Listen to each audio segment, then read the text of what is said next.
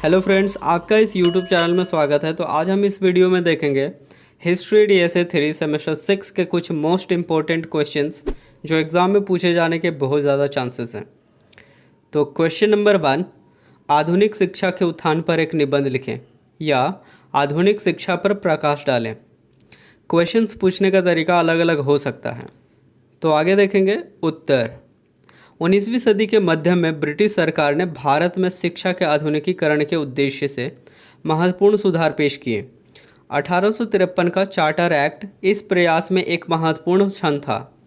Lord Dalhousie के नेतृत्व में, जिन्होंने 1848 से 1856 तक भारत के गवर्नर जनरल के रूप में कार्य किया, पश्चिमी शैली की शिक्षा को बढ़ावा देने और उच्च शिक्षा के संस्थानों की स्थापना के लिए कई पहल की गई।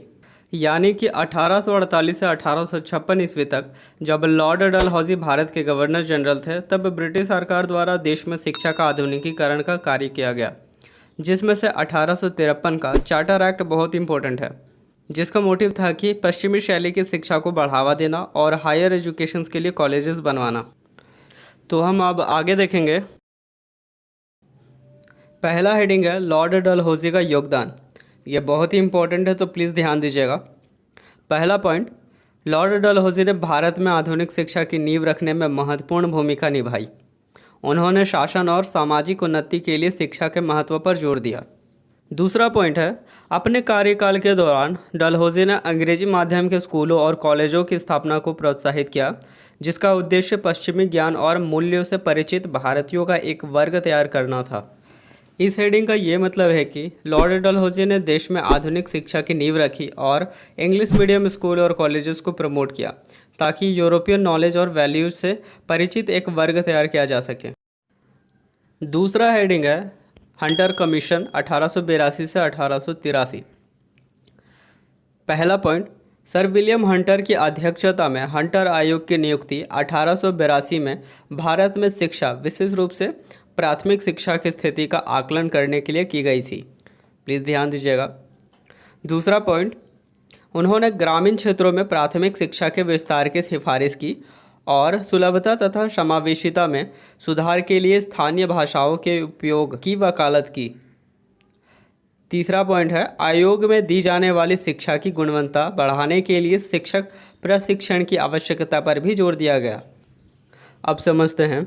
Hunter commission sir William Hunter द्वारा 1882 में नियुक्त किया गया था, जिसका उद्देश्य प्राथमिक शिक्षा यानी प्राइमरी एजुकेशन की देखरेख करना और ग्रामीण क्षेत्रों में उनके भाषा के अनुसार शिक्षा प्रस्तुत करना और बच्चों को अच्छी शिक्षा मिल सके, इसके लिए टीचर्स ट्रेनिंग पर जोर दिया गया।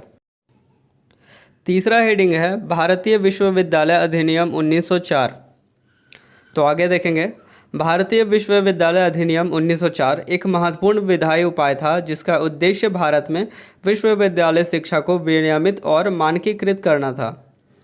इसने विश्वविद्यालय प्रशासन और शासन को सुव्यवस्थित करने के लिए सुधार पेश किए, जिससे संबंधित कॉलेजों के बीच बेहतर समन्वय और निगरानी सुनिश्चित हुई। इस अधिनियम ने कठोर पाठ्यक्रम और मूल्यांकन प्रथाओं को शामिल करके वैद्य संबंधी मानकों को बढ़ाने का भी प्रयास किया। मतलब कि भारतीय विश्वविद्यालय अधिनियम 1904 का उद्देश्य विश्वविद्यालयों को नियंत्रित और सुधारना था। इससे सरकार को विश्वविद्यालय प्रशासन पर अधिक नियंत्रण मिला। रेगुलर इंस्पेक्शन और मेंटेनेंस ऑफ स्टैंडर्ड पर अनुदान दिया गया। इससे कॉलेजों की अफिलिएशंस की प्रक्रिया भी सख्त हो गई। अगला हेडिंग है सार्जेंट योजना। पहला पॉइंट है सार्वभौमिक प्राथमिक शिक्षा। जॉन सार्जेंट द्वारा 1944 में प्रस्तावित सार्जेंट योजना का उद्देश्य लिंग, जाति या सामाजिक आर्थिक पृष्ठभूमि की परवाह किए बिना 6 से 14 वर्ष की आयु के बच्चों के लिए सार्वभौमिक प्राथमिक शिक्षा प्रदान करना था। दूसरा है विविध शैक्षिक धाराएं। इसने छात्रों की अलग अलग रुचियों और योग्यताओं को पूरा करने के लिए शैक्षणिक, तकनीकी और व्यावसायिक शिक्षा सहित विविध शैक्षिक धाराओं की पेशकश के महत्व पर जोर दिया। तीसरा पॉइंट है शैक्षणिक अवसरों का विस्तार। इस योजना का उद्देश्य ग्रामीण और वंचित क्षेत्रों में शैक्षिक अवसरों का विस्तार करना था, ताकि समाज के सभी वर्गों के लिए गुणवत्तापूर्वक शिक्षा तक बराबर पहुंच सुनिश्चित हो सके। आसान शब्दों में अगर कहा जाए तो सार्जेंट योजना 1944 में भारतीय शिक्षा आयोग द्वारा प्रस्तावित एक शिक्षा सुधार योजना थी।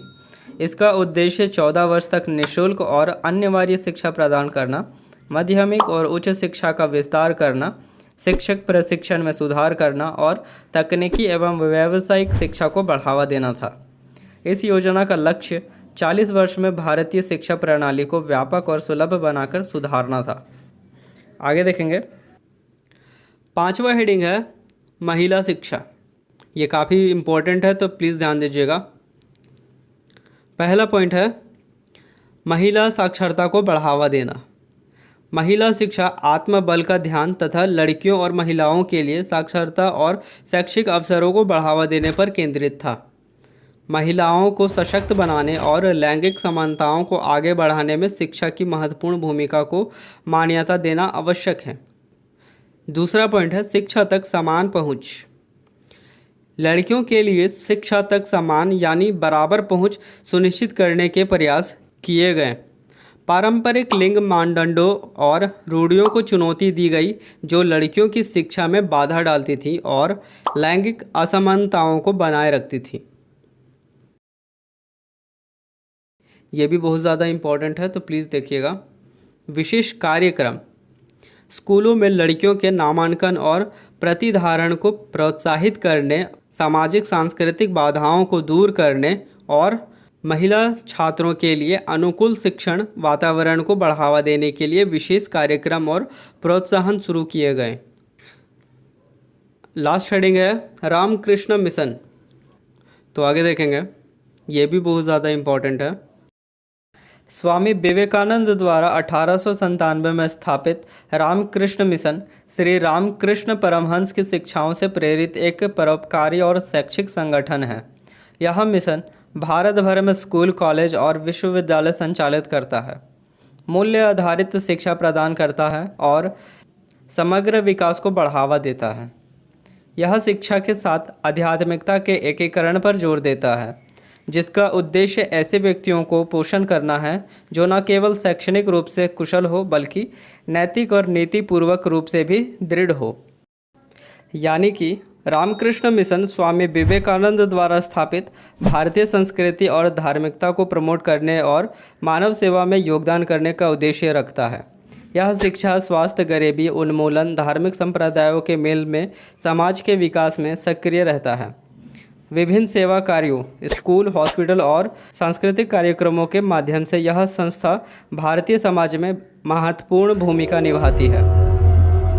आई होप वीडियो आपको ठीक ठाक लगा हो। Thank you for watching.